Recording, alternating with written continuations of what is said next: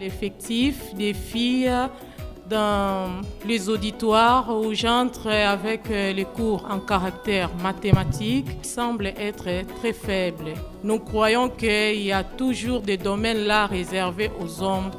Aujourd'hui, filles, femmes que nous sommes, nous devons nous lever pour faire face à ces domaines-là. C'est pas facile pour une femme de se retrouver dans un monde où il y a plus d'hommes et d'exceller.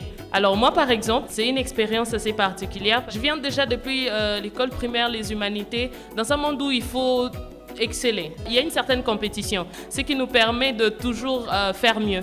La force des stéréotypes est très forte. À l'école cette année, on a organisé une journée des professions.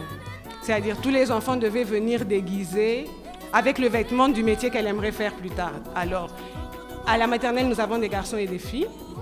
Et c'était drôle de voir que les enfants en arrivant, les garçons, il y avait des ingénieurs, des astronautes, des pompiers. Et les filles, il y avait des princesses, des journalistes. Et donc, une fille de 3 ans, sans le vouloir, on la formate déjà. Généralement, les enfants deviennent forcément ce qu'ils entendent habituellement.